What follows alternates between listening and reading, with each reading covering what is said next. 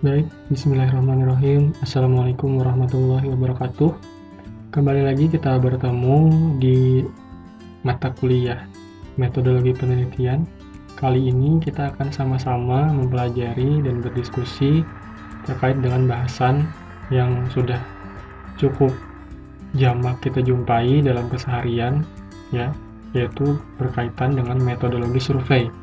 Barangkali saat ini memang peneliti kualitatif relatif banyak menggunakan pendekatan survei untuk membantu dalam menjawab rumusan permasalahan. Memang dulu perspektifnya adalah sistemnya penelitian kualitatif itu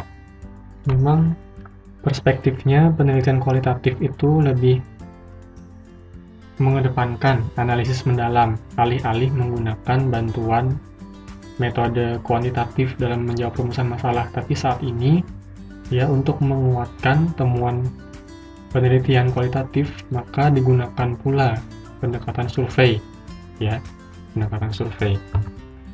Jadi seperti yang sudah kita pelajari di pertemuan sebelumnya, penggunaan angket itu merupakan salah satu dalam pengumpulan data yang digunakan dengan orientasi atau target itu adalah orang, ya, yang diperkirakan atau kita duga punya pengetahuan yang luas terkait dengan item atau permasalahan yang kita tanyakan.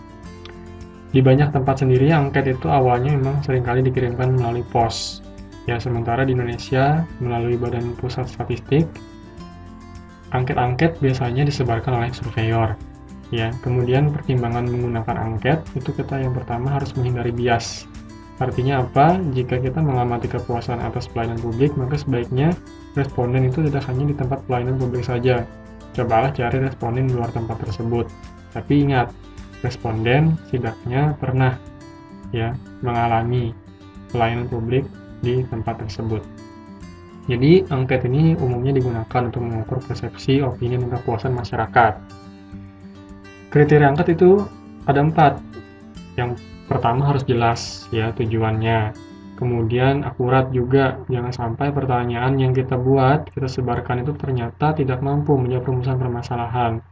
Kemudian yang ketiga, komprehensif, menjangkau seluruh kalangan. Ya, alih-alih hanya kalangan tertentu saja, maka akan lebih baik kalau misalnya bisa menjangkau seluruh kalangan. Kemudian yang keempat, itu cermat.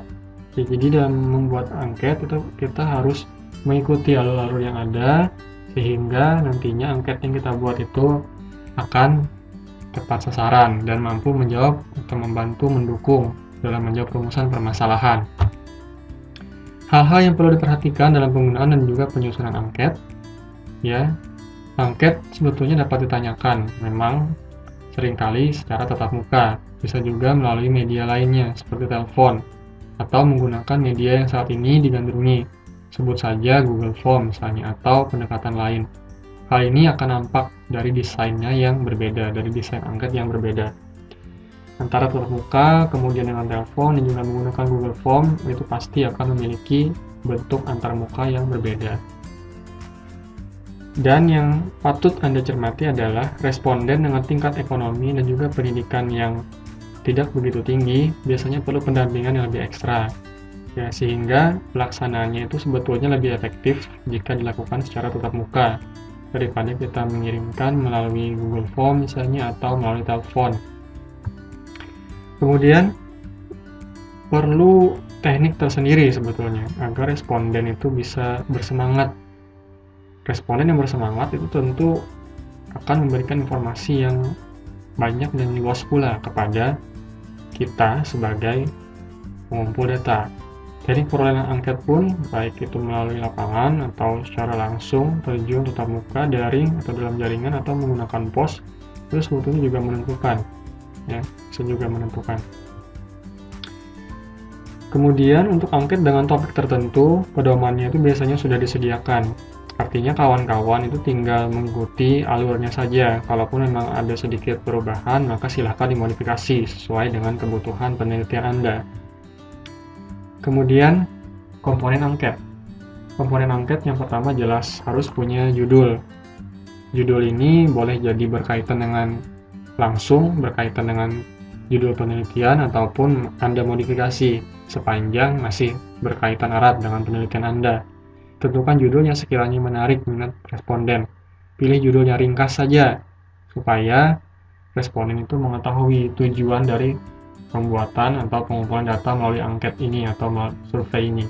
Contoh misalnya survei pelayanan publik di kantor A misalnya, ya kan bisa dibuat seperti itu. Kemudian yang berikutnya, pengenal. Meski identitas responden seringkali tidak dicantumkan, perlu pengenal, bisa dengan kode tertentu untuk memberikan penciri atas angket tersebut. Biasanya ciri ini ditemukan pada lembaran angket yang menggunakan kertas yang dikirim melalui pos atau ditanyakan langsung secara tatap muka.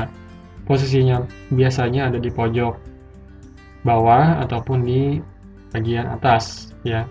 Bisa seperti kegunaannya itu seolah-olah mirip dengan yang namanya barcode. Kemudian tujuan juga. Jangan sampai kawan-kawan lupa untuk mencantumkan tujuan.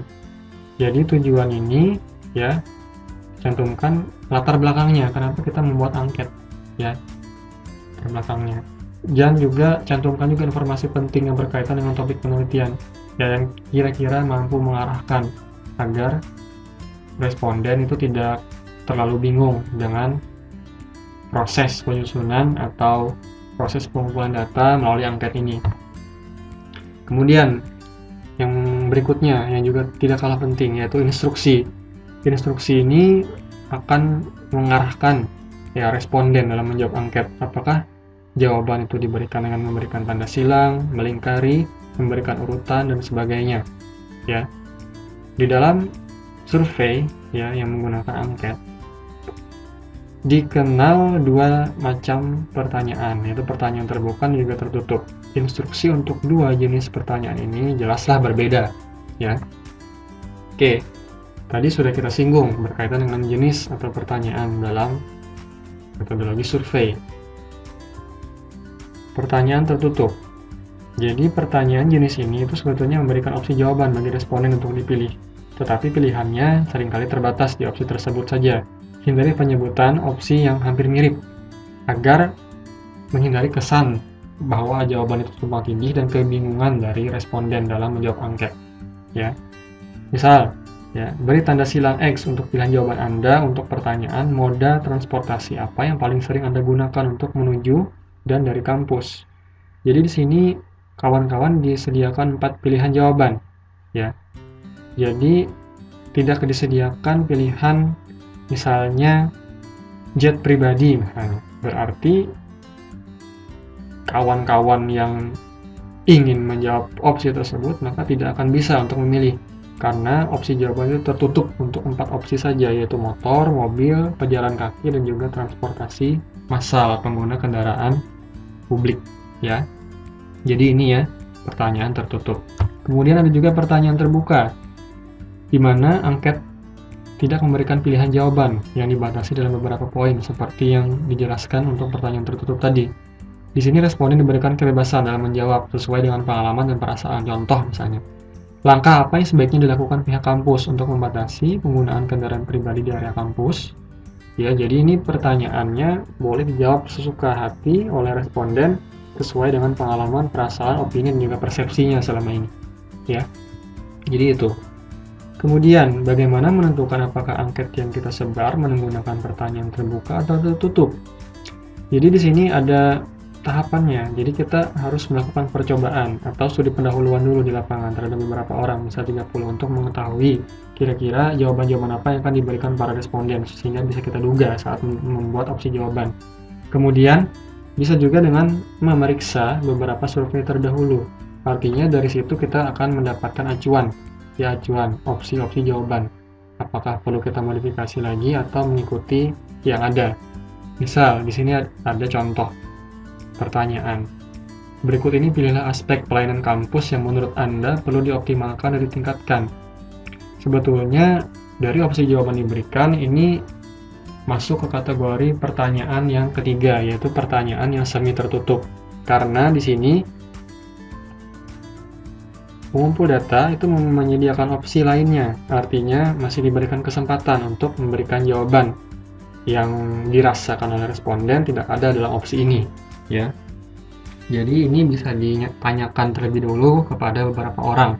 Kalaupun pada akhirnya nanti pada saat pelaksanaan di lapangan, pertanyaan ini akan ditanyakan kepada responden.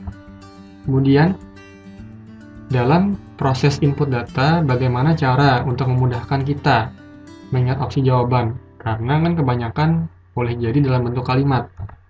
Jadi ini ada caranya juga, bisa dengan kita memberikan kode. Ya. Jadi di sini kode itu digunakan ya di opsi tersebut.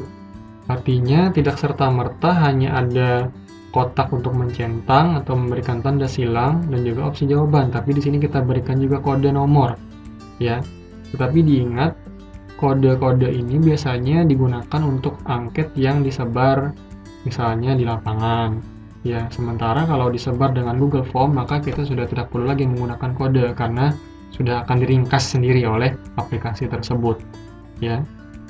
Kemudian bisa juga opsi jawaban angket itu tidak hanya dengan skala nominal saja. Kalau yang sebelumnya itu kan skalanya nominal. Artinya kalau nominal itu hanya bisa membedakan. Ya, kita tidak tahu mana yang lebih tinggi tingkatannya. Sementara bagaimana kalau misalnya berkaitan dengan frekuensi, ya, atau ada hierarki-hierarki. Maka data-data tersebut itu termasuk ke dalam yang namanya berskala ordinal. Contoh pertanyaannya adalah seperti ini. Kapan Anda terakhir kali menggunakan transportasi massal dengan tujuan ke dan dari kampus? Jadi, kapan ini kan menanyakan terkait dengan frekuensi. Ya, jadi disediakan opsi jawaban dalam 1 minggu ini, kemudian lebih dari 1 minggu, tapi tidak lebih dari 1 bulan, dan seterusnya. Jadi di sini kan jelas, durasi lebih dari 2 bulan itu tentu lebih lama ketimbang dalam 1 minggu ini. Berarti ini kan bisa juga kode ini digunakan untuk pertanyaan dengan skala jawabannya itu adalah skala ordinal. Oke, latihan soal. Ini di sini disediakan 3 soal. Ya, jadi apakah pertanyaan berikut itu termasuk dalam pertanyaan terbuka atau open-ended atau pertanyaan tertutup, close-ended question. Ya, jadi silakan Anda cari, telusuri jawabannya berdasarkan apa yang sudah saya jelaskan, ya. Oke. Saya harap sampai di tahap ini kawan-kawan sudah memahami latar belakang pembuatan angket, jenis-jenis pertanyaan dalam angket, dan sebagainya. Kemudian bagaimana tips dan trik dalam membuat pertanyaan angket. Oke, yang pertama, buat pertanyaan itu sesederhana mungkin, yang mudah dipahami responden dari berbagai latar belakang. Hindari penggunaan singkatan jika singkatan tidak begitu familiar. Ya. Kemudian yang kedua, hindari pertanyaan itu yang lebih dari satu dalam satu kalimat. Contoh misalnya, apakah penerapan hukuman kebiri termasuk pelanggaran HAM meski tujuannya adalah memberikan efek jera? Nah, ini kan sebetulnya termasuk ke dalam gabungan 2 pertanyaan, yaitu apakah penerapan hukuman kebiri termasuk pelanggaran HAM? Kemudian ada lagi gabungan di sini. Ya, apakah penerapan tadi akan memberikan efek jera? Ini kan sebetulnya double, ya. Hindari pertanyaan semacam ini. Ya. Kemudian hindari juga pertanyaan itu yang terkesan memunculkan jawaban. Contoh misalnya, masyarakat ekonomi lemah cenderung melakukan pernikahan dini. Nah, ini kan sebetulnya sudah terindikasi bahwa pertanyaan dari hal-hal negatif apa yang mungkin hadir dari adanya pernikahan dini, ini kan sebetulnya sudah terjawab di kalimat yang sebelumnya. Ya, perekonomian yang misalnya melemah. Ya, oke, jadi dari situ dihindari juga. Kemudian yang keempat, jika informasi yang ditanyakan itu adalah umur, tinggi, dan kemudian juga berat, maka langsung spesifik saja ditanyakan angkanya, tidak menggunakan opsi atau rentang angka. Kemudian, jika informasi yang ditanyakan cukup sensitif dan jarang menghasilkan jawaban yang 100% akurat, sebagai contoh data pemasukan, maka bisa dibuat dalam interval. Ya, misalnya, dibuat 3 interval, kurang dari 1 juta per bulan, antara 1 juta hingga 5 juta per bulan, dan lebih dari 5 juta per bulan. Ya. Kemudian jika opsi jawaban perlu juga untuk dipilah menggunakan kode, maka sertakan saja di sebelah kanan opsi jawaban. Ya, dapat Anda lihat pada slide sebelumnya. Kemudian, alangkah lebih baiknya jika urutan pertanyaan itu adalah dari umum dulu, baru ke yang lebih spesifik atau lebih khusus. Berarti di awal itu kita mulai dulu dengan pertanyaan yang sederhana dan mendasar, agar responden itu dimudahkan yang dalam memahami maksud dan tujuan dari angket yang kita buat. Nah, contoh di bawah ini ada 4 pertanyaan yang bisa kita tanyakan dalam suatu survei yang berkenaan dengan pemilihan anggota legislatif. Jadi, pertanyaan bagi Anda, coba tentukan urutan pertanyaan mana yang kira-kira paling awal kita tanyakan, ya. Apakah opsi pertama, apakah item yang kedua, apakah item yang ketiga, atau justru yang keempat yang kita tanyakan lebih awal. Oke ya? Ya, dan terkadang jawaban atas pertanyaan angket itu tidak selalu iya atau tidak. Tidak juga harus selalu setuju atau tidak setuju, atau terbatas pada 2 opsi saja. Artinya apa? Dalam menyusun angket, kita juga diperbolehkan untuk memberikan opsi jawaban yang beragam dalam ukuran skala penilaian. Hal ini pada dasarnya bertujuan untuk menyediakan pilihan jawaban yang lebih beragam atau variatif kepada responden. Contoh misalnya, di sini ada beberapa pernyataan yang berkaitan dengan penerimaan gratifikasi bagi para pejabat publik misalnya. Jadi di sini pertanyaannya adalah seberapa setuju Anda dengan pernyataan berikut, ada 3. Ya, disediakan 5 opsi jawaban di situ. Jadi 2 opsi itu sebetulnya diperbolehkan tidak ada. Misalnya kan kita di awal tadi kan memberikan contoh setuju dan tidak setuju. Jadi di sini menggunakan 5 opsi. Apakah ini boleh? Ini boleh ya. Sementara dari slide ini ada di sana opsi netral.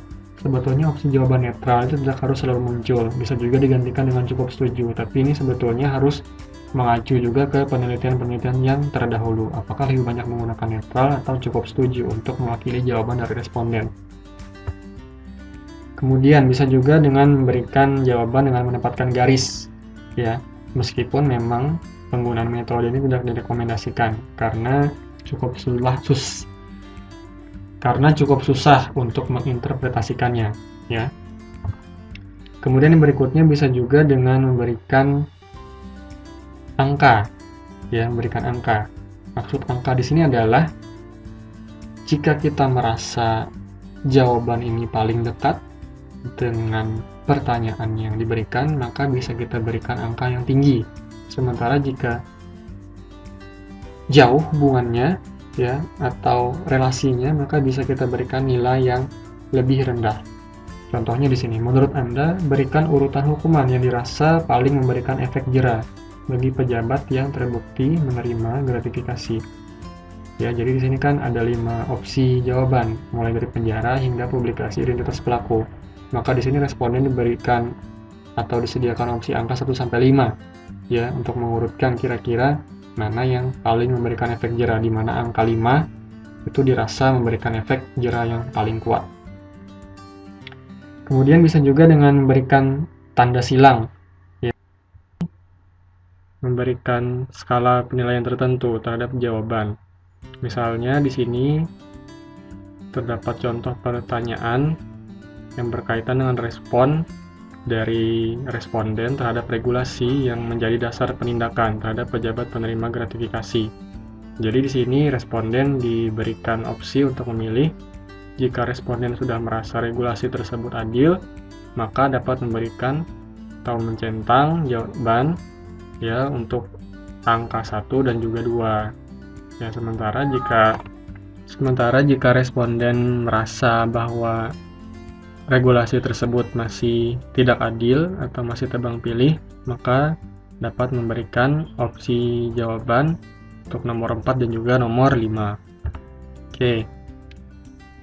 Untuk proyek percobaan atau pilot study ini sebetulnya bertujuan untuk menganalisis informasi awal terhadap survei, pertanyaan survei yang sudah dirumuskan, sehingga peneliti itu lebih yakin bagian mana dari angket yang perlu diubah susunannya dan juga hal-hal krusial lainnya.